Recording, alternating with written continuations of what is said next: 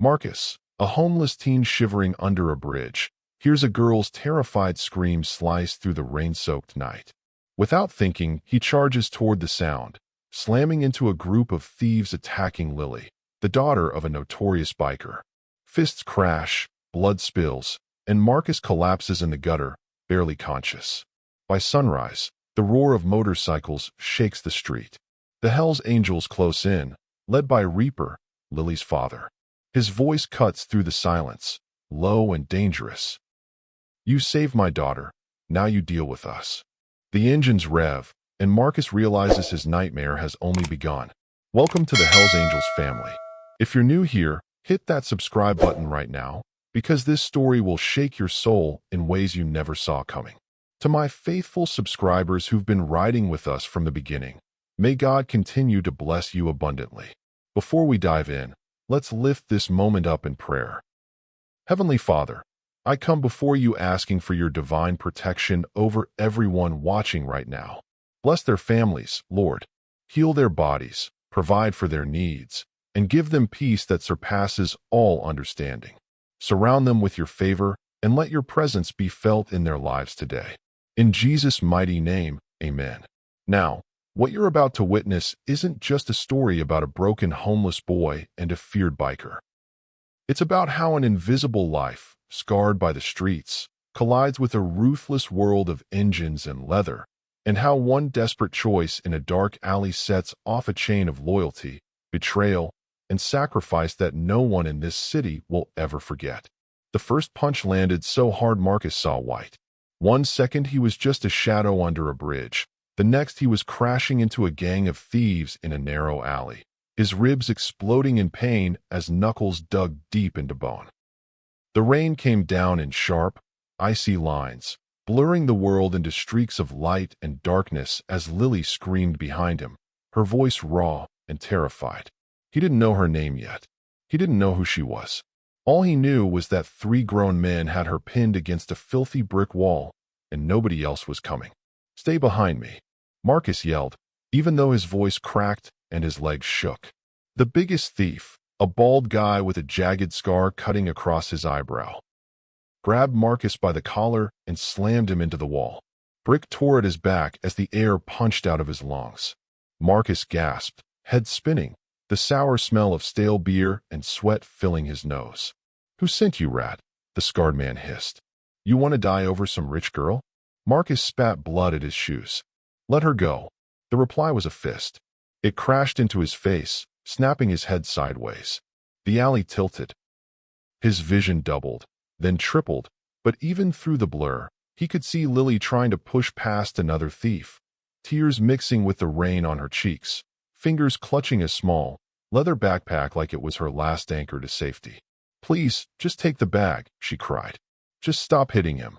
Marcus forced his body forward again, stumbling between her and the thieves.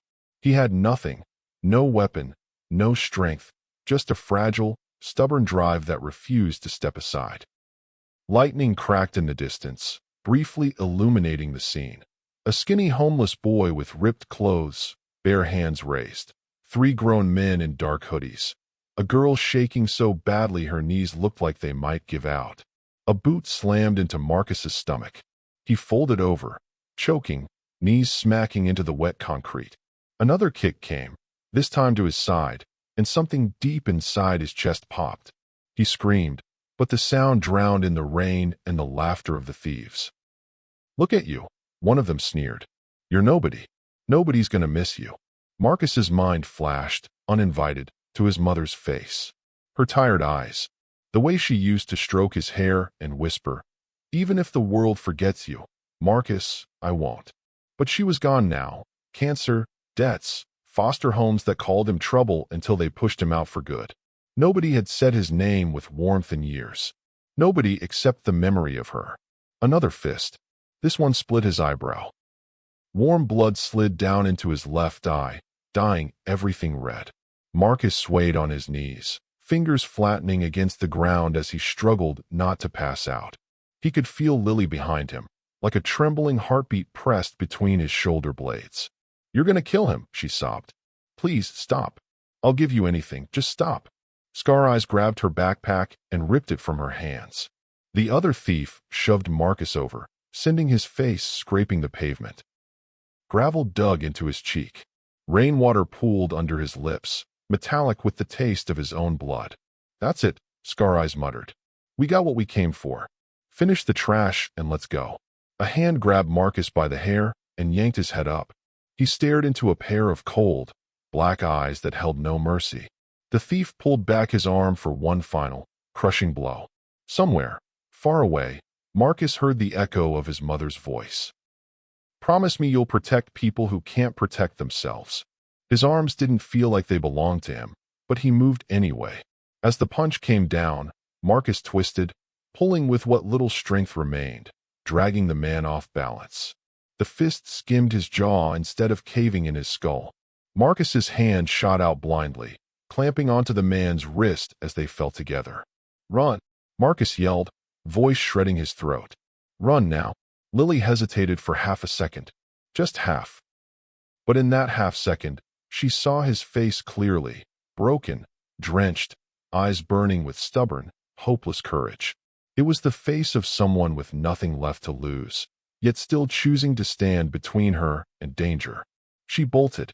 Her footsteps splashed through puddles as she sprinted down the alley, disappearing around the corner, the thieves shouting behind her. "Get her!" one yelled. Scar Eyes cursed and ripped free from Marcus's grip, launching a kick into his ribs that sent fresh agony racing through his body. But Lily was already gone. Now it was just Marcus. The three men turned back to him in unison. No more distractions. No more leverage. Just a half-conscious boy bleeding on the ground. "You just cost us time," Scar Eyes said. "And time is money. That means you owe us." The beating that followed didn't feel real. It felt distant, like it was happening to someone else. Fists, boots, laughter, thunder rolling overhead. Marcus tried to cover his head with his arms, but blows rained down everywhere. Back, sides, legs, chest. Each strike carved away another piece of him. Each impact told him the same thing. You don't matter. He didn't know how long it went on. A minute, 2, an eternity. Eventually, the edges of his world began to darken, closing in like a tunnel. "He's done," one of the thieves muttered. Bootsteps retreated. The rain swallowed their footsteps. Marcus lay still, pressed to the cold concrete, his breath coming in short, broken gasps. His fingers twitched, trying to move, but even that felt like lifting a mountain. He wanted to roll onto his back, to see the sky one more time, but his body refused. Somewhere far away, he could hear sirens. Faint, then louder. Someone must have called the police. Maybe Lily, maybe a neighbor, maybe nobody. Maybe he was just imagining it. His chest burned. Every inhale felt like glass shards scraping his lungs. His lips trembled as he tried to form words. Nothing came out. A single thought cut through the fog. At least she got away. If you would never ignore a scream like this, subscribe so you don't miss what happens next. The sirens grew louder, echoing between the buildings, clashing with the rain and rolling thunder. Blue and red lights began to flicker at the mouth of the alley, blurred through the curtain of rain. Marcus tried to move his hand, to raise even one finger and show he was still alive. His muscles refused. He felt the warm spread of blood under his cheek turning cold as it mixed with rainwater. His vision faded in and out, like someone was dimming the world. Then, under the wail of sirens, another sound cut through, a deep, feral growl, low and distant at first. The ground beneath him vibrated faintly. Marcus frowned, forehead pressing harder into the concrete. Was that engines? Yes, engines. More than one. The rumble grew louder, rolling through the streets like a pack of thunder hounds. The sirens were close, but the motorcycles were closer. He heard them turn into the alleyway street. 1, 2, 3, more. The engines roared and then idled, snarling in the rain-soaked night. Boots thudded on pavement. Heavy, confident, dangerous. Marcus's heart stuttered. He couldn't lift his head, but he could see shapes approaching. Blurry black figures cutting through the flashing blue and red haze. Leather, boots, the glint of chains. The police car slowed at the far end of the street, lights spinning, but the engines had already formed a wall of sound. Voices rose in argument, officers shouting, men answering in rough, controlled tones. Marcus couldn't make out the words, only the tension. A pair of boots stopped right next to his face. Big, black, scarred from years of road and trouble. Rain dripped from the cuffs of heavy jeans. The scent of gasoline and cigarettes hung thick in the air. A shadow crouched down. A gloved hand grabbed Marcus by the jaw and turned his face up gently but firmly. Through his blurry vision, Marcus saw a man's silhouette, broad shoulders, leather cut, patches gleaming, and on the chest, barely visible through the rain, an emblem of a skull wreathed in flame. The man's voice was low and rough, like gravel dragged over metal. "This the kid?" Another voice answered from behind him, higher, shaky, on the edge of breaking. "Yes, that's him. That's the boy. He saved me. Lily." Marcus's mind clawed through the haze, trying to focus on her voice. She was here. Why was she here? Why wasn't she somewhere safe? The man holding his jaw leaned in closer. Even through the darkness, his eyes burned with a strange mix of fury and something else Marcus couldn't name. "Look at me," the man said. Marcus tried. His eyelids fought to stay open. The world tilted. For a moment, the man's face came into focus. Hard lines, a thick beard streaked with gray, a thin scar across his lip. Power radiated off him like heat from an engine. "My name is Reaper," he said quietly. "You stood between my daughter and death." "Daughter?" Marcus's gaze dragged past him, toward Lily. She stood behind the circle of men in leather, arms wrapped around herself, makeup streaked down her cheeks, eyes locked on Marcus like she was afraid he might disappear if she blinked. Marcus tried, but the word dissolved into a cough. Blood flooded his mouth. Reaper's grip tightened slightly, but not in cruelty, in assessment, as if he was measuring how close Marcus was to slipping away. Rain pattered on his shoulders, dripping from his beard. Reaper turned his head slightly, speaking loud enough for his men to hear. "No one touches him. Not the cops, not anyone. He's ours now." Engines revved in the background, a chorus of steel beasts ready to move on command. The police still hovered at the edge of the scene, their presence swallowed by the raw, intimidating aura of the bikers. If you're still watching and your heart's racing, comment where you're watching from. Don't stay invisible like Marcus. Marcus tried to understand. "Ours?" What did that even mean? He wanted to ask, but his mouth wouldn't cooperate. His body felt like lead, his thoughts thick and slow. Reaper leaned closer, his voice dropping to a rumbling whisper that cut through the storm. "You saved my daughter," he said. "That means your life doesn't belong to the streets anymore." He paused, eyes drilling into Marcus's. "From this moment on," Reaper growled, "you belong to us." The engines roared in unison, drowning out the sirens, the rain, the world. Marcus's vision finally gave way, the last thing he saw being Reaper's burning stare and Lily's trembling silhouette. Then everything went black. Marcus woke to the sound of engines, not sirens. The roar rolled through his skull like thunder trapped in a cage, vibrating in his bones before his eyes even opened. The air smelled of gasoline, oil, and cigarette smoke, heavy and sharp, nothing like the sour damp of the bridge where he usually slept. Light stabbed through his eyelids. He flinched, a groan escaping before he could stop it. Pain fired through his ribs and face, a brutal reminder of fists and boots, and an alley he hoped he'd never see again. "Easy, kid," a rough voice said. "You start thrashing, you'll rip those stitches." "Stitches?" Marcus forced his eyes open. A bare bulb swung above him, casting harsh light over a metal table cluttered with tools, bandages, and bloody gauze. He lay on a torn leather couch, jacket stripped off, shirt cut open, chest wrapped in fresh white bandages already stained pink near his ribs. He turned his head and hissed as his neck protested. A woman in her 30s stood nearby, tattoos curling up her arms like vines. She held a needle and thread, her gloved fingers steady. "Almost done," she muttered. "You heal like trash if I rush this." Behind her, the room stretched into a cavernous garage. Rows of motorcycles lined the concrete floor, chrome and black metal gleaming under fluorescent lights. Banners and patches with the same emblem, skull wreathed in flame, hung on the walls. Men in leather vests moved in and out of the space, voices low, boots heavy. Marcus swallowed. His throat felt dry and raw. "Where am I?" The woman snorted. "Where do you think?" "Church." He frowned. Church. This didn't look like any church he had ever seen. She noticed his confusion and rolled her eyes. "Clubhouse, genius. Hell's Angels. You're in their house now." The words dropped like a weight into his stomach. Hell's Angels. The name alone carried a reputation. Stories whispered under bridges and in shelters about bikers you didn't cross if you wanted to keep your teeth. His heart started pounding. "Why am I here?" Before she could answer, the garage doors at the far end rumbled open. Cold air gusted in, carrying the smell of wet asphalt. Engines growled as several bikes rolled inside, headlights slicing through the dimness before cutting off one by one. The room shifted. Conversations died. Heads turned. Reaper walked in like the storm itself.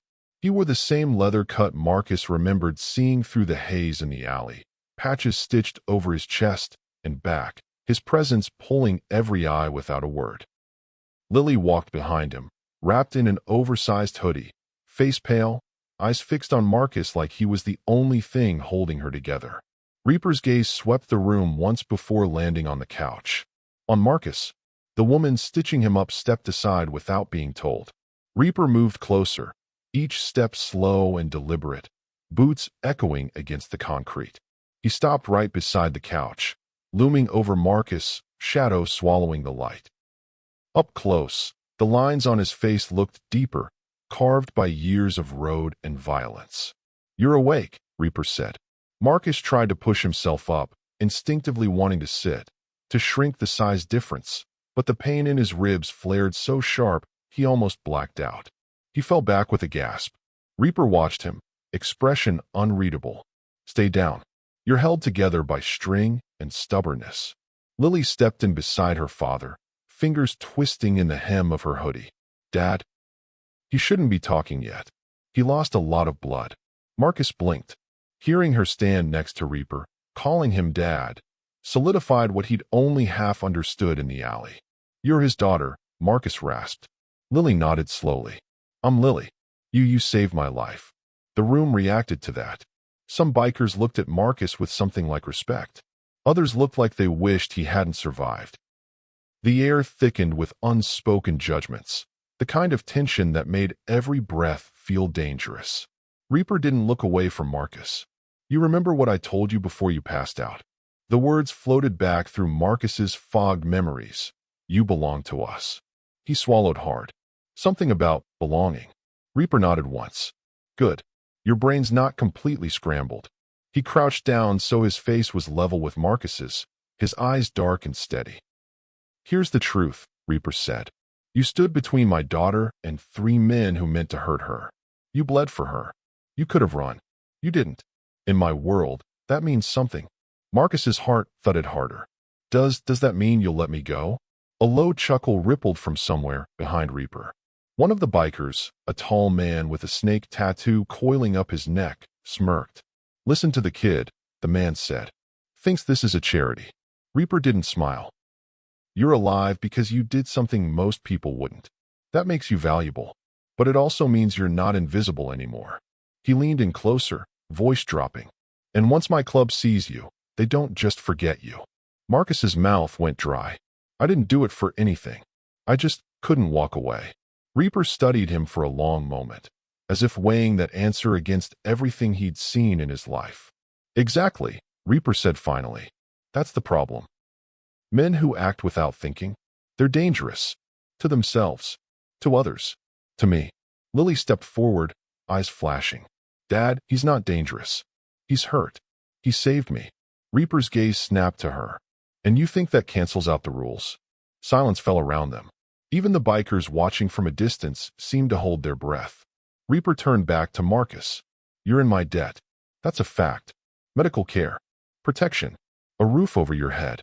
That's not free." Marcus's stomach sank. He'd expected gratitude, maybe a ride back to the streets. Debt hadn't crossed his mind. I don't have anything, Marcus whispered. No money, no family, nothing you'd want. Reaper's lips twitched, not quite a smile. That's where you're wrong. You've got something this club respects, guts, and a clean slate with every gang in this city. No one knows your name. You're a ghost. He straightened, voice hardening. So here's how this works. You stay here until I decide otherwise. You work when you can stand. You follow orders. You don't talk to cops. You don't bring trouble to my door. In return, you don't freeze under a bridge or die in an alley. Marcus stared at him. His chest ached for more than just broken ribs. And if I say no? Snake Tattoo laughed. Then we drop you back where we found you. This time, nobody steps in when someone kicks your teeth in. A murmur of agreement rippled through the room. Lily's jaw clenched. That's not fair. Reaper's eyes burned. Fair. He gestured around them.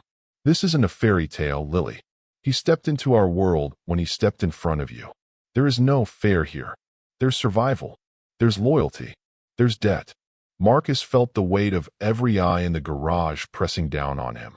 Staying meant living in a cage built from engines, leather, and unspoken rules. Leaving meant crawling back into a city that had almost killed him once already. If your chest feels tight imagining this choice, like and subscribe so you don't miss what he does next. Reaper took a breath, as if giving Marcus a final sliver of control. You've got two options, Marcus. You walk out of here with nothing but scars, or you stay, pay your debt, and maybe walk out one day as more than a ghost. Lily looked at Marcus, eyes pleading. If he goes back out there, he'll die. Somewhere inside, Marcus knew she was right. The bridge, the cold, the hunger, they were all waiting for him like old friends. Out there, he was nobody. In here, he was something. Not safe. Not free, but seen. He closed his eyes. The memory of scarred fists and Lily's scream flashed behind them. He hadn't thought. He had just moved. When he opened his eyes again, Reaper was still watching him, unblinking.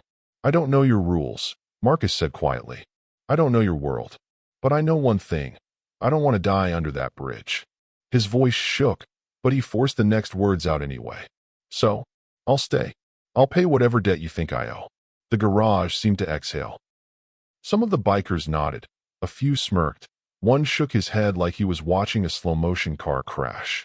Reaper didn't show any reaction. He just nodded once, as if Marcus had given the only answer that ever truly existed. Then listen close, Reaper said. From this moment on, you're under my protection and my control. You don't speak about what happened to Lily to anyone outside this club. You don't touch anything that isn't yours. You don't disappear without telling me. You break those rules. He paused, letting the meaning hang there. And I won't be the one you're most afraid of. The woman with the tattoos stepped back in, cutting the remaining thread and patting Marcus's bandaged side. He's patched up. He needs rest, not lectures. Reaper ignored her. He looked at Lily. You wanted him alive. You got your wish. But understand this, Lily, every favor has a cost. Lily swallowed hard, guilt flickering across her face. She glanced at Marcus with a mixture of gratitude and worry, like she'd just watched him step onto thin ice. Reaper straightened and turned away. Give him a bed in the back room. Tomorrow, if he can stand, he starts earning his keep. Snake Tattoo grinned. Welcome to the family, kid. The way he said family made Marcus wonder if he'd just traded one kind of death for another. Two bikers moved to lift him. Pain flared, white-hot, as they carefully hauled him off the couch and half-carried, half-dragged him toward a dim hallway at the back of the garage. The world tilted, edges smearing, but he caught one last glimpse of Lily. She stood alone in the middle of the concrete floor, arms wrapped around herself, watching him disappear into the shadows. As the door to the back room creaked open, Marcus heard Reaper's voice one more time, low and final. You wanted a life, kid. Let's see if you can survive the one you just chose. Marcus didn't sleep that first night in the clubhouse. Not really. The mattress they dumped him on was thin and smelled faintly of oil and sweat, shoved against a concrete wall in a windowless back room. A single strip light buzzed overhead, flickering just enough to make the shadows twitch. His ribs throbbed under tight bandages every time he breathed, and the muffled roar of engines and laughter bled through the walls like ghosts refusing to shut up. He lay on his back, staring at the stained ceiling, trying to process the last 12 hours. An alley. 3 thieves. Lily's scream. Reaper's eyes. You belong to us. The words echoed louder than the bikes. Belong. No one had used that word about him in years. The door creaked open. Marcus flinched, instinctively tensing, pain flaring down his side. Snake Tattoo stepped in, filling the doorway with his tall frame, leather cut hanging open, ink crawling up his neck like something alive. Behind him, the hallway light carved his face into hard edges. Rise and shine, hero, Snake said. Boss wants you. It's still dark, Marcus muttered. His voice sounded rough, like it had been dragged over gravel. Snake shrugged. Out here, the clock's whatever Reaper says it is. He tossed a black hoodie onto the bed. It was a size too big, but warmer than the shredded t-shirt they'd cut off him. Marcus pushed himself upright, teeth gritted. Every movement sent pain firing through his ribs, but Snake just watched, unimpressed. What if I can't walk? Marcus asked. Then you crawl, Snake said. But you move. Marcus swung his legs over the side of the bed, feet touching the cold concrete. The room swayed for a second. He sucked in a slow breath, then another, and forced himself to stand. The hoodie dragged over his bandages, and he bit back a groan. Snake's eyes flicked over him, measuring. Good. At least you're not completely useless. He turned and walked out. Marcus followed, one hand pressed lightly to his ribs, every step a reminder of the alley and the price he'd already paid. The hallway opened into the main garage. It felt different now than it had when he first saw it from the couch. Then, he'd been half-conscious, everything blurred. Now, pain sharpened his senses. Rows of bikes stood like metal beasts at rest, chrome skulls and flames catching the light. The air hummed with low music, cigarette smoke curling toward the ceiling. A few bikers lounged at a table, playing cards, their voices dropping as Marcus stepped into view. Lily stood near one of the bikes, arms folded, watching. When she saw him, her shoulders sagged in obvious relief, then straightened quickly, like she didn't want anyone to notice. Reaper was by the workbench, back turned, examining a map spread over the scarred wood. He didn't look up when Marcus approached. Snake gave Marcus a little shove between the shoulder blades. He's here. Reaper's head tilted slightly, then he turned. Those same cold, assessing eyes locked onto Marcus, running from his face to his unsteady stance to the hand guarding his ribs. You're on your feet, Reaper said. Good. Marcus swallowed. You said, I start earning my keep. A faint smirk tugged at the corner of Reaper's mouth. Eager, aren't you? Just don't want to die under a bridge, Marcus said quietly. A flicker, maybe approval, maybe something else, passed through Reaper's gaze, then vanished. Come here, Reaper said. Marcus stepped closer to the workbench. The map was a street grid of the city, hand-drawn lines and circles marking certain blocks. One of the circles looked painfully close to the area where he used to sleep. Reaper tapped a spot near the docks. We've been having problems here. Someone's been skimming shipments. Little things at first. Tools. Parts. Nothing big enough to start a war over. But it's escalating. Marcus frowned. What does that have to do with me? Reaper looked at him like the answer should be obvious. You're not patched in. No colors, no history. To most people out there, you're just a homeless kid who got in the wrong fight. That makes you useful. Snake stepped up beside Reaper, arms folded. We think someone at the docks is feeding info to the same crew that jumped Lily. Marcus's chest tightened. The thieves from the alley? Reaper nodded once. They weren't random. They knew my route. They knew my girl would be exposed. Lily flinched, guilt flickering across her face. Reaper continued. We want to know who's selling us out. But we can't walk in there asking questions with these on our backs. He tapped the patch on his vest. We're too loud. Too obvious. And I'm not, Marcus said. Now you're getting it, Snake said. Reaper slid a small, battered phone across the table. You go down there. You keep your head down. You listen. You see who's meeting who. You don't play hero. You don't pick fights. You observe.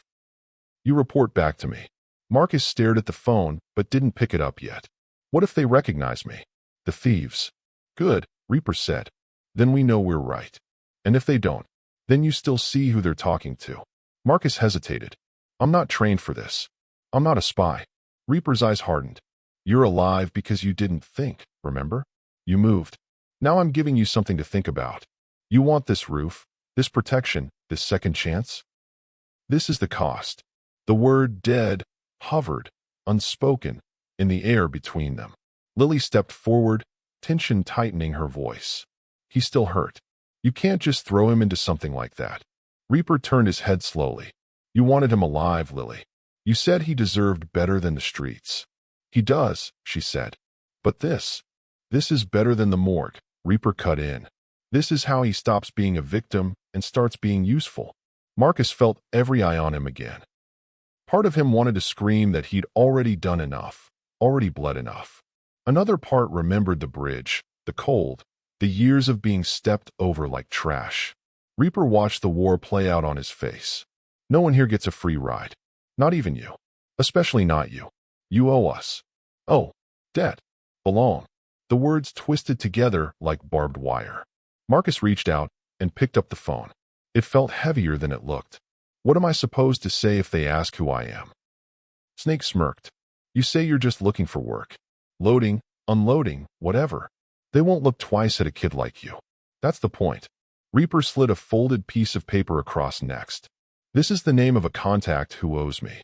He works security at the docks. You find him. Show him this. He'll get you inside without questions. Marcus took the paper with trembling fingers. And if it all goes wrong, then you improvise, Reaper said. You were good at that in the alley. Marcus met his eyes. I almost died in that alley. Reaper's expression didn't soften. You didn't. That's why you're standing here. Don't waste it. Behind them, the garage door rumbled as someone rolled another bike in. The sound made Marcus's head pound. Lily stepped closer, lowering her voice so only he could hear. If you don't want to do this, you don't have to. Yes, he does, Reaper snapped, not bothering to pretend he hadn't heard. The second he stepped between you and those thieves, his life stopped being simple. He pointed at Marcus. You leave in 20 minutes. You get one of my old jackets to keep you from freezing, and that's it. No escort. No backup. We see who you really are today. If your heart sinks at him being sent alone like this, like and subscribe so you don't miss what happens. The conversation ended there. Reaper turned away, signaling he was done. Snake jerked his head toward the back corridor. Jackets in the locker room. Move. Marcus walked away on unsteady legs. The weight of the phone and the folded paper felt like shackles. In the locker room, he found an old, faded denim jacket with frayed cuffs. No patch, no colors, just enough warmth to keep the wind from cutting through his bandages. As he shrugged it on, Lily slipped in, closing the door behind her. Marcus, she said softly. He didn't turn right away. You shouldn't be here. Your dad isn't always right, she cut in. He faced her. In the harsh fluorescent light, she looked even more fragile than she had in the alley, bruises blooming faintly along her jaw where one of the thieves had grabbed her. I'm sorry, she blurted. This is my fault. If I hadn't taken that route, if I hadn't. Stop, Marcus said. Those guys made a choice. I made a choice. Your dad's making his. None of that is on you. She swallowed. He's using you, Marcus. He gave a hollow half-smile. Better to be used than thrown away, right? That's not a life, she said. That's surviving. He shrugged, wincing. Surviving is all I've ever known.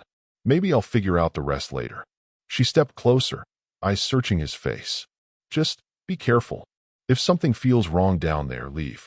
I don't care what my dad says. Your life isn't a test. He looked at her for a long moment. It was for a long time. I just kept failing quietly where nobody could see. Lily's eyes shimmered. You didn't fail that night. Marcus looked away before the weight of her gaze could crack him open. I'll be back, he said. If I'm not, well, at least I'll die doing something that mattered. Don't joke about that, she whispered. He forced a smile that didn't reach his eyes, then brushed past her gently and walked out. The cold slapped him in the face as he stepped into the early morning air. The sky was a dull gray, the kind that promised a long, wet day. A bike waited near the curb. Not one of the big, snarling monsters, but a smaller, older machine that looked like it had seen better years. Snake sat on a crate nearby, smoking. You ride? Marcus hesitated. A little. Messed around with a busted scooter once. Snake smirked. Good enough. This one's gentle. Mostly. He flicked the cigarette away and pushed off the crate. You're not one of us. You don't ride with us. You go alone. You come back alone. Understand? Marcus nodded. And kid? Snake added, voice dropping lower. If you even think about running, remember, this city is small when we're the ones looking for you. Marcus met his eyes. If I was going to run, I wouldn't have stayed. Snake considered that, then nodded once. Fair point. Marcus swung a leg over the bike, his ribs screaming. He gripped the handlebars, feeling the machine vibrate under him as he turned the key and brought it to life. The engine's growl was weaker than the others he'd heard, but it was still power, still movement. The clubhouse shrank in the cracked side mirror as he pulled away, Lily's figure a small silhouette in the doorway until the corner swallowed her. As he merged into the waking city, wind cutting across his bruised face, Marcus realized something that scared him more than the docks, the thieves, or even Reaper. For the first time in years, he wasn't drifting. He was being sent. And whoever was waiting at the docks would decide whether that new direction led toward a life or another kind of death. Marcus didn't expect the docks to feel like a different planet. Cold wind came in off the black water, slicing through his borrowed jacket and turning every breath into a sharp ache in his ribs.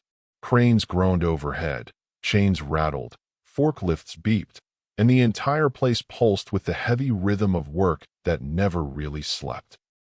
He killed the small bike's engine and let the vibration fade, the silence replaced by truck horns and shouted orders.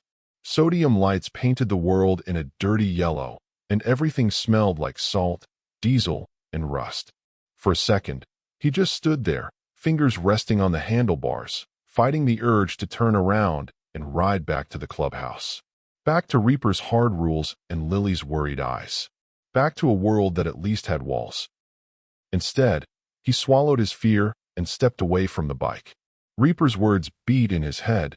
You're my eyes. You don't play hero. You don't run. Marcus slipped his hands into his jacket pockets, feeling the cheap phone and the folded paper with Derek's name. Find the contact. Watch. Listen. A security guard spotted him almost immediately, a stocky guy in a reflective vest, flashlight bouncing at his hip. Hey, the guard barked. This isn't street parking, kid. You lost. Marcus forced his shoulders to relax. First day? I'm looking for Derek Cole. The guard squinted. Derek? What for? He said he had a spot for me. Night work. The guard muttered something under his breath about people not telling him anything, then jerked his thumb toward a squat building by the fence. Security office. Glass door. Try not to look like you're about to rob the place. Marcus mumbled a thanks and headed that way, heart pounding harder with each step. The office glowed weakly, fluorescent lights buzzing behind grimy glass. He could see two figures through the door, one sitting at a desk, the other leaning against a cabinet. He knocked. Yeah, someone called. Marcus opened the door. The room smelled like burnt coffee and wet jackets. A man in his 40s sat behind the desk, sleeves rolled up, a salt and pepper beard framing a face that had seen too many long nights. His badge read D. Cole. You Derek? Marcus asked. The man's eyes flicked over him, taking in the bruises, the stiff posture. Depends who's asking. Marcus took out the folded paper and held it up. Reaper sent me. The temperature in the room seemed to drop. The other guards straightened away from the cabinet, watching Marcus with new interest. Derek's gaze sharpened. Close the door, Derek said. Marcus did. Let me see that, Derek added. Marcus stepped forward and handed him the paper. Derek unfolded it, glanced at Reaper's handwriting, then let out a slow breath. You look like hell, Derek said. Reaper do that to you? Thieves, Marcus answered. I stepped between them and his daughter. Derek studied his face for a moment. And he didn't let you die on the pavement. That's unusually generous of him. He said I owed him, Marcus replied. Derek snorted softly. That sounds more like Reaper. The other guard spoke up. What's he doing here, Derek? Derek didn't take his eyes off Marcus. He's here because someone's been opening doors they shouldn't. And Reaper doesn't like open doors. He leaned back in his chair. You know what you've walked into, kid? I know enough to be scared, Marcus said. Good, Derek said. Fear means you might listen. He pointed to the security monitors mounted on the wall, grainy views of gates, loading bays, container rows, the parking lot. We've had small things go missing from shipments connected to Reaper's people. Little stuff. But little stuff sends big messages. Someone here is helping the same guys who jumped Lily, Marcus said quietly. That's the theory, Derek replied. Reaper can't come down here himself without starting a war. He needs eyes that no one recognizes. Eyes like mine, Marcus said. Exactly, Derek said.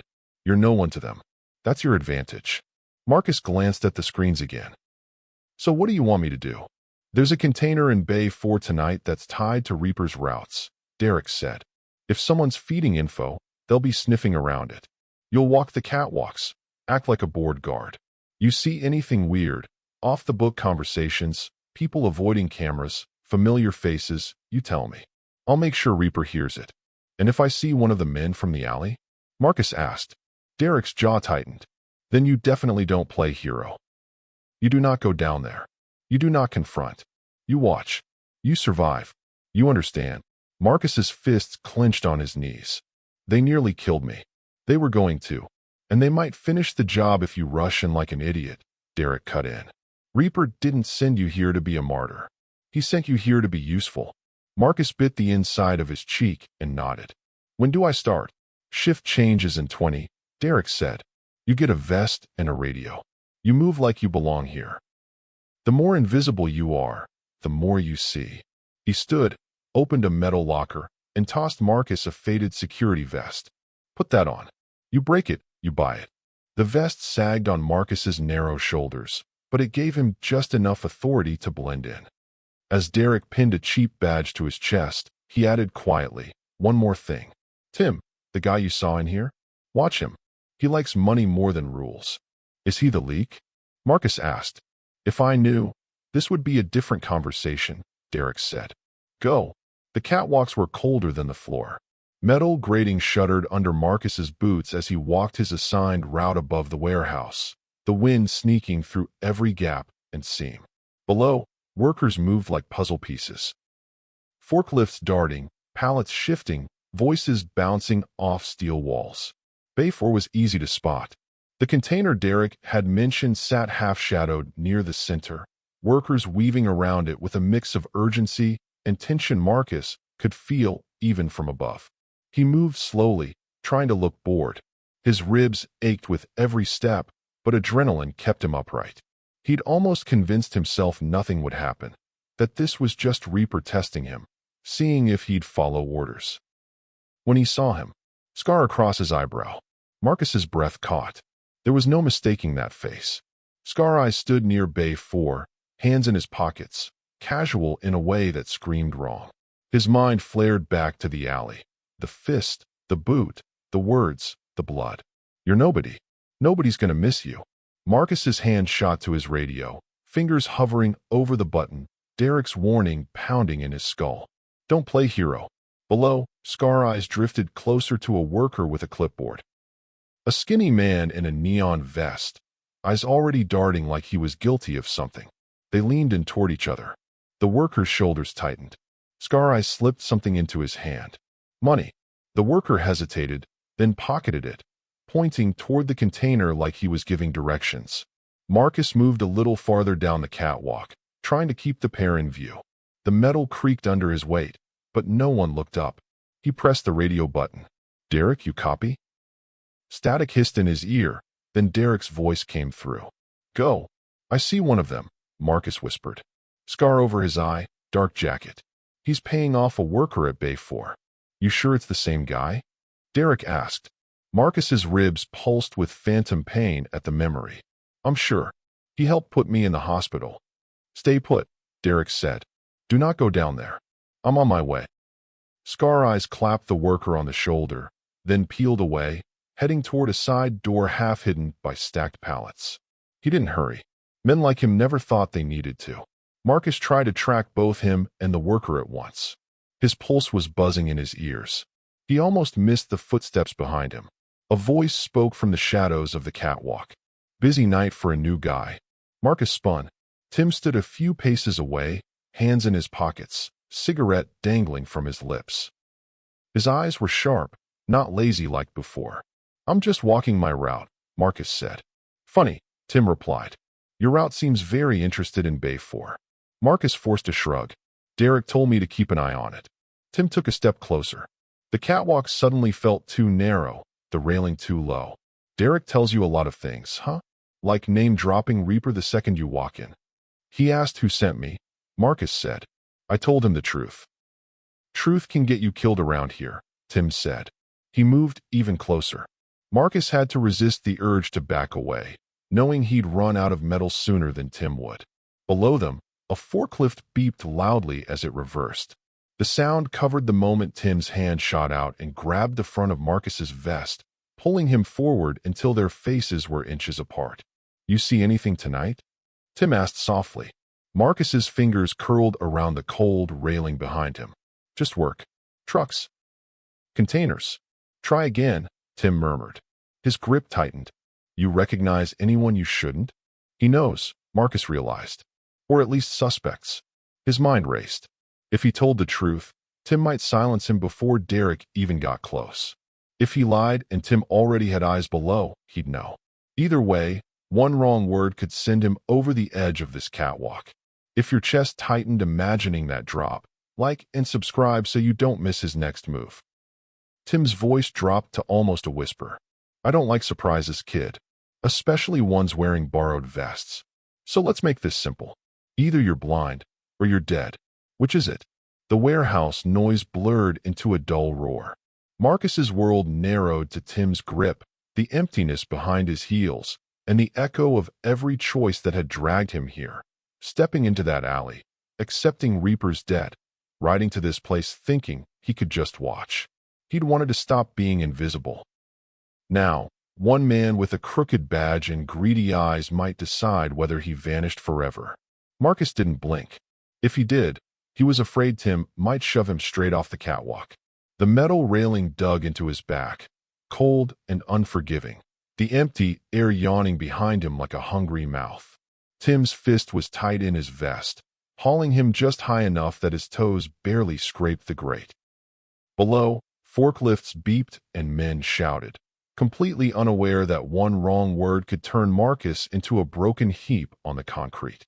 "I'm waiting," Tim said softly, his breath hot and sour. Blind or dead? Marcus's mind raced. If he told the truth, that he'd seen Scar Eyes pay off the clipboard worker, Tim might panic, might silence him before Derek or Reaper ever got the name. If he lied and Tim already knew exactly what had happened, he'd smell the bluff a mile away. He needed a third option. "I don't know what you're talking about," Marcus said, forcing his voice to shake just enough to sound young and scared. "I'm just doing what Derek told me. Walk, watch, report if something explodes. That's it." Tim's eyes narrowed. "You didn't see anyone?" "Just guys moving boxes," Marcus said. "They all look the same down there to me." Tim studied his face like he was reading a file. Marcus kept his gaze just unfocused enough to sell the lie. Too intense, and he'd look like he was hiding something. Too weak, and Tim would think he was useless. Somewhere in the middle, he had to look like exactly what he pretended to be, scared but ignorant. Seconds stretched. The wind whistled through the gaps in the warehouse walls. Tim's grip tightened, then loosened. He dropped Marcus abruptly. Marcus's feet hit the grate hard, sending a fresh spike of pain through his ribs. "Good," Tim said. "Let Derek drag you around like a puppy. The more you don't see, the longer you live." Marcus swallowed. "I don't want trouble. I just want the job." Tim smirked. "Jobs don't fall from the sky around here, kid. Somebody wants you here, which means somebody can take you away. Remember that." He slapped the front of Marcus's vest once, not gently, then turned and walked down the catwalk, boots ringing on the metal as he disappeared into the shadows. Marcus stood there, heart hammering, fingers still clamped around the railing until his knuckles ached. He'd lied. He'd disobeyed Derek's instruction to tell me everything. But if he'd opened his mouth up there, he wasn't sure he'd still be breathing. The radio crackled. "Marcus," Derek's voice said. "Where are you?" Marcus forced his fingers to unclench and brought the radio to his mouth. "Still on the catwalk," he whispered. "Near Bay 4. You see anything else?" Derek asked. Marcus glanced down. Scar Eyes was gone now, swallowed by some side exit. The clipboard worker had drifted farther into the warehouse, trying too hard to look normal. "Just movement around the container," Marcus said. "Nothing obvious." A pause crackled through the line. "Stay put," Derek said finally. "Shift ends in an hour. Then we talk." The hour crawled. Marcus kept walking his route, eyes scanning, but his mind replayed the same beats. Scar Eye's face, the money-changing hands, Tim's grip at his vest, the question, blind or dead. By the time Derek called him down, Marcus's legs were shaking from more than just the cold. Inside the security office, Derek closed the door and pulled the blinds halfway down. The fluorescent light made the lines on his face look deeper than before. "Tim said you're jumpy," Derek said, leaning back against the desk. Marcus forced a humorless smile. "I almost fell off the catwalk. Wind caught me." "Wind, huh?" Derek asked. "You sure the wind had fingers?" Marcus's jaw tightened. Derek was sharper than most. "You heard us," Marcus said. "I heard enough," Derek replied. "Couldn't see his hands, but I saw you pinned against the rail." Marcus lowered himself into the chair, ribs protesting. "If I'd said anything, I don't think I'd be standing here." Derek stared at him for a long moment.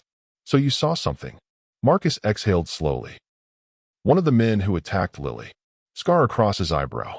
"He paid off a worker near Bay 4. Skinny guy, clipboard, neon vest. After that, he headed for the side door. Tim found me up on the catwalk and started asking questions."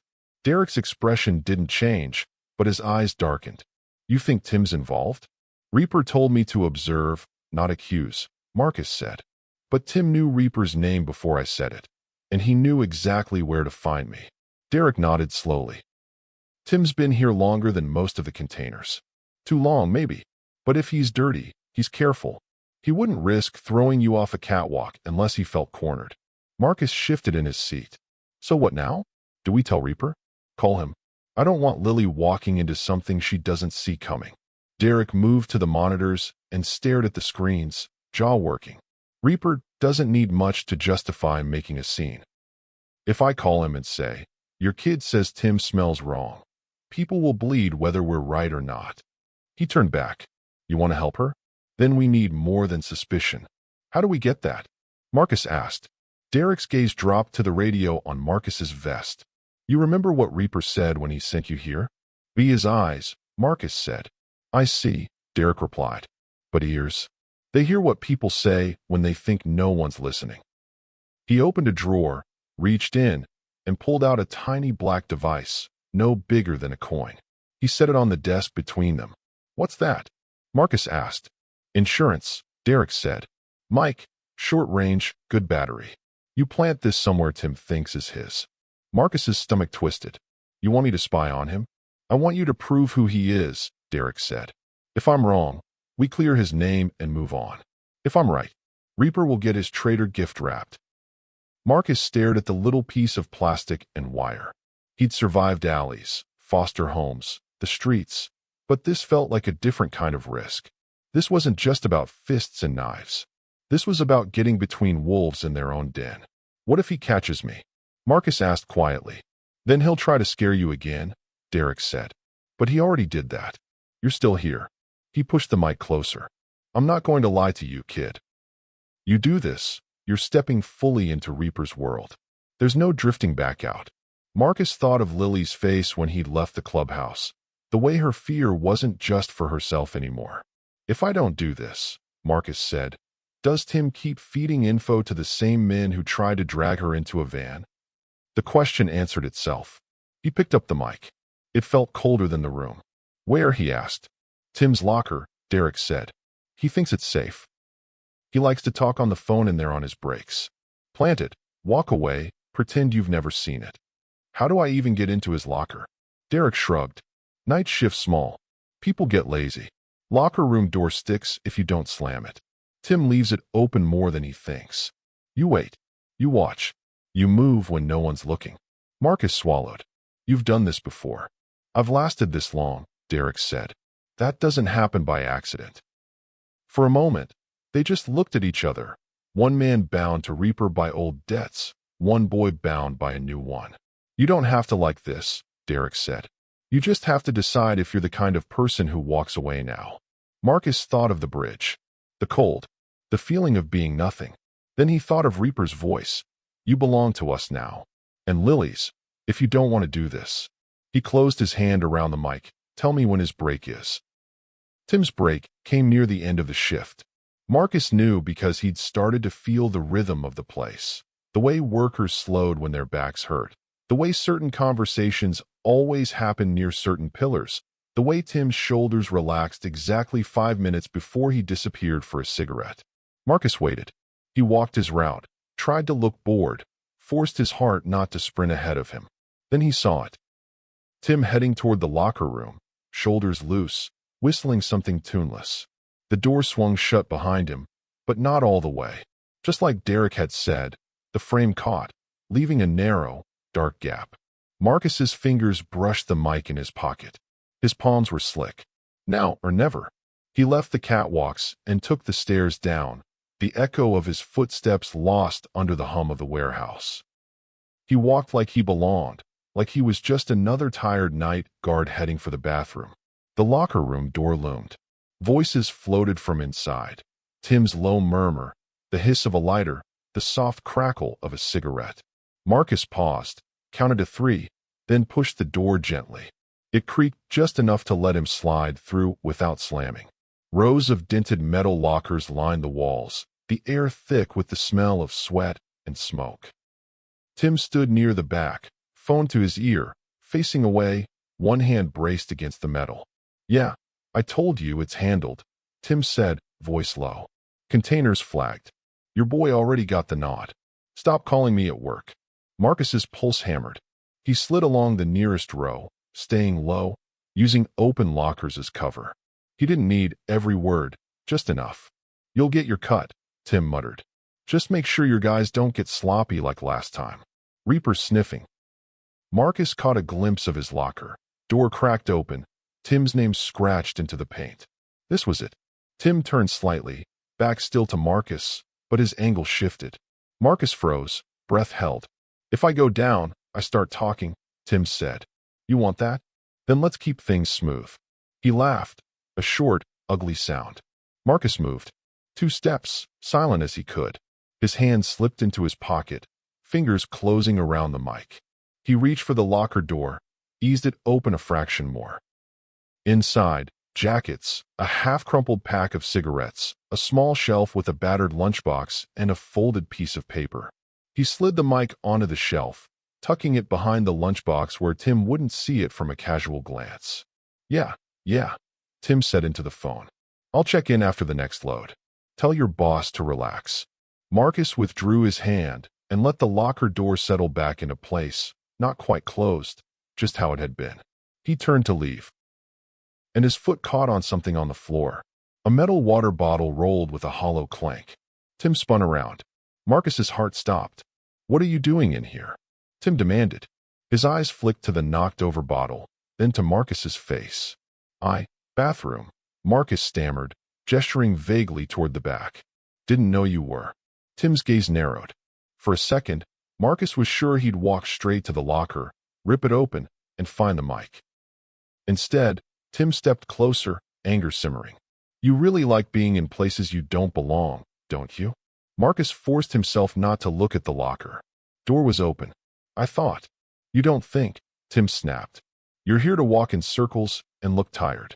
That's it. He jabbed a finger into Marcus's chest. You pull another stunt like this, and I don't care who sent you. I'll make sure you disappear between shifts. Marcus nodded quickly, eyes wide. Won't happen again. Get out, Tim growled. Marcus obeyed, every nerve screaming as he crossed the room. He could feel Tim's gaze burning between his shoulder blades, waiting for him to glance back at the locker. He didn't. In the hallway, he let out a breath he didn't realize he'd been holding and walked straight to the security office. Derek was waiting. One look at Marcus's face, and he closed the blinds the rest of the way. "Well?"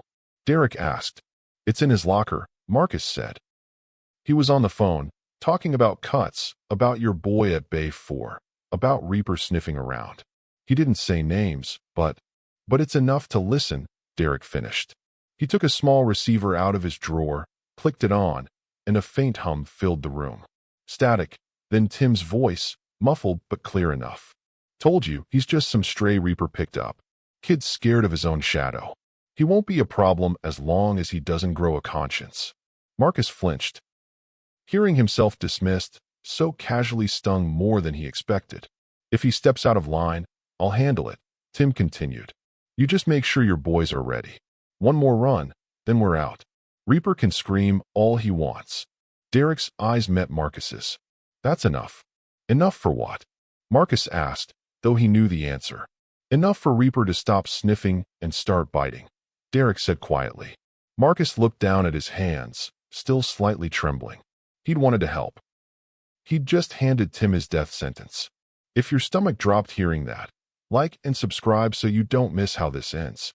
Reaper didn't come to the docks himself. He didn't need to. By the time Marcus rode back to the clubhouse, the sun was dragging itself over the horizon, bleaching the sky a pale gray.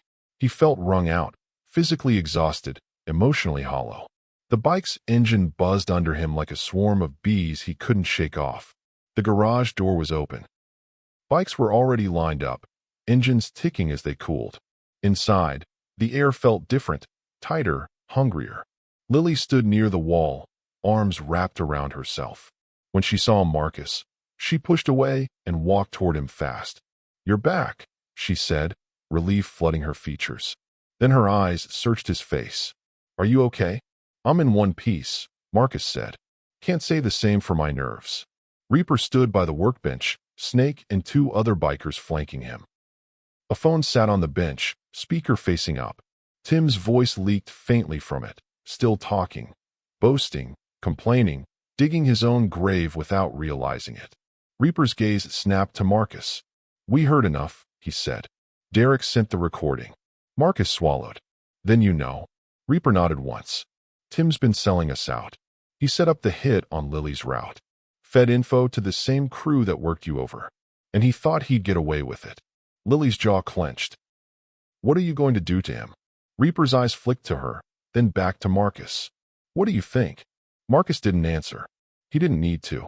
Reaper stepped closer to Marcus, studying him like a mechanic examines a newly installed part. "You had chances to run," he said. "You had chances to keep your head down, pretend you saw nothing. Instead, you walked straight into Tim's locker room with that mic. How do you know I didn't just trip into the wrong door?" Marcus asked, trying for humor and failing. "Because you're still alive," Reaper said flatly. "Tim doesn't let accidents walk away." He paused. "You did good." The words landed heavier on Marcus's chest than any punch. Snake snorted. "So what now?" "We pay Tim a visit." Reaper's gaze hardened. "We settle the debt." He turned back to Marcus. "You started this when you stepped into that alley. You dragged us into this when you stayed. So you're going to finish it with us." Lily stepped forward. "He doesn't have to." "Yes, he does," Reaper said. "He's one of us now, whether we like it or not." Marcus looked between them. Lily's fear, Reaper's iron certainty, Snake's eager anticipation.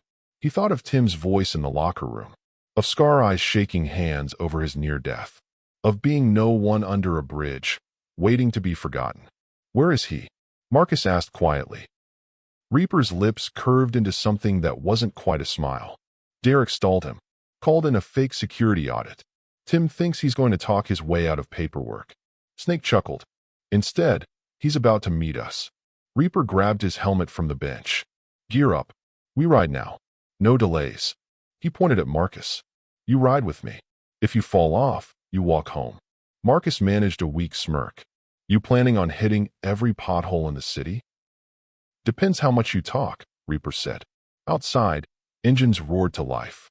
The sound shook Marcus's bones, but this time, it didn't feel entirely like fear. It felt like momentum, like the world had finally decided to drag him into the center instead of leaving him on the edges. He swung up behind Reaper, hands gripping the back of the seat. Lily watched from the doorway, eyes shining with a mix of dread and something like pride. The bikes rolled out as one, a pack of metal and noise and inevitability. At the docks, Derek waited by the gate. He didn't look surprised to see them. "Office," he said to Reaper, jerking his chin toward the security building. "He's inside. Thinks he's about to get yelled at for misfiled reports." Reaper nodded, every line of his body coiled. The bikers fanned out around the lot, some blocking exit routes, others simply standing in ways that said no one should ask questions. Marcus followed Reaper and Snake into the office. The air inside felt thick. Tim was at the desk, arms spread in a mock-innocent gesture. "Look, Derek, I told you." He stopped when he saw the patches. Then he saw Marcus. For the first time, real fear cracked through his bravado. "You," Tim said. "You little." Reaper stepped between them, the room shrinking around his presence. "You've been busy," he said calmly. "Phones. Side deals. Selling routes to men who put hands on my daughter." Tim's gaze flicked to Derek. "You wired me?" Derek didn't answer. He didn't have to. Tim laughed once, sharp and brittle. "What? You gonna drag me out back and throw me in the river? You got no proof that holds up anywhere that matters." Reaper tilted his head. "You think I care about courts?" He pulled the phone from his pocket and tapped the screen. Tim's own voice filled the room, Reaper sniffing. "One more run, then we're out. Reaper can scream all he wants." Reaper stopped the playback. The silence that followed was louder than the recording. "You talked," Reaper said quietly. "About my routes. About my people. About my girl." Tim's face drained of color. It was just business. They were going to hit someone. Better your crates than your crew, right? You're always talking about survival. I was surviving. Reaper's jaw flexed. "You don't survive by handing my family to strangers." He turned slightly, not taking his eyes off Tim. "Marcus." Marcus stiffened. "Yeah. You saw his work at the docks. You felt it in that alley. You got the beating he paid for," Reaper said. "If this were your decision, what would you say he deserves?" The question hung there like a sentence waiting to be written. Marcus's first instinct was to step back, to say it wasn't his place. But the memory of boots slamming into his ribs, of Lily's scream, of Tim's hand on his vest at the catwalk railing, all of it rose up at once. "He wanted me blind or dead," Marcus said slowly. "He was fine with Lily getting grabbed, as long as his cut came through. He doesn't care who gets hurt as long as it isn't him." He met Tim's eyes. "If you let him walk, he'll just do it to someone else." A long breath left Reaper's chest. "That's what I thought." He stepped closer to Tim, his voice dropping to a low growl. "You had chances. You could have come clean. You could have remembered who fed you, who kept you on payroll when you were one screw-up from being thrown out." Tim's bravado crumbled. "Please," he said. "Reaper, listen." "No," Reaper said. "You listen when you dropped my name on the phone. You listen when you said I'd scream all I wanted. Now you live with the echo." He looked at Snake. "Take him." What happened next didn't need details. The bikers moved with grim efficiency. Tim went from begging to cursing to crying in less than a minute. Marcus didn't watch all of it. He stepped outside, lungs burning, eyes fixed on the water lapping against the pilings. The wind felt colder now, but there was a strange steadiness in his chest. Footsteps approached. Lily. He didn't know how she'd gotten here so fast, but she stood beside him, jaw clenched, eyes shining. "Is it over?" she asked. "For him," Marcus said. "For us? I don't know." She looked at him. "Do you regret it?" He thought about it. About the bridge, the alley, the catwalk, the locker room. About Tim's hand on his vest, and Reaper asking, "If this were your decision." "No," Marcus said. "He chose this a long time ago. I just helped everyone see it." She nodded slowly. "You changed everything, you know that?" "I just stepped into a fight," Marcus said. "That's what changed everything," she replied. "Most people walk away. You didn't." Behind them, engines began to rumble again. The work was done. The message had been sent. Reaper emerged from the office, wiping his hands on a rag that was more symbolic than necessary. His gaze landed on Marcus. "You held up your end," Reaper said. "Debt's paid." The words hit Marcus like a physical blow. "That's it. That's it," Reaper said. "You don't owe me anymore." Marcus waited for the rest, for the "but" for the new condition, the fresh chain. It didn't come. You walk if you want, Reaper continued. Go back to whatever life you had. Bridge, streets, ghosts. Or, he looked at the rows of bikes, at the men waiting, at Lily standing a little closer to Marcus than before. You stay? Not because you owe me. Because you choose to. Choice. Marcus had made a lot of choices without thinking. This one, he let sit in his chest for a moment. The docks, the clubhouse, the roar of engines, the risk, the danger, and the fact that, for the first time in years, someone looked at him and saw more than a problem to move along. If your heart wants to see where he goes from here, like and subscribe so this story doesn't end alone. Marcus met Reaper's eyes. If I stay, what am I? Reaper's mouth twitched. You're Marcus, the kid who took a beating for my daughter and didn't break when the world tried to finish the job. He jerked his chin toward an empty spot in the lineup. We're short one security contact now. Someone has to make sure nobody ever tries this again. Marcus looked at Lily. She smiled, small but real. Then I stay, he said. Reaper nodded once, like he'd already known the answer. Get him a real jacket, Snake. No more borrowed vests. As the engines roared back to life and the sun climbed higher over the docks, Marcus realized his life hadn't been saved in that alley. It had been interrupted. Saved was what he was doing now, standing on solid ground, choosing where to stand, who to stand with. He wasn't invisible under a bridge anymore. He was Marcus, who had stepped into the worst kind of danger and somehow walked out with a family that ran on steel, loyalty, and the kind of brutal honesty that didn't leave room for pretending. And whether the road ahead was smooth or violent, one thing was certain. This time, if the world tried to beat him down again, he wouldn't be facing it alone.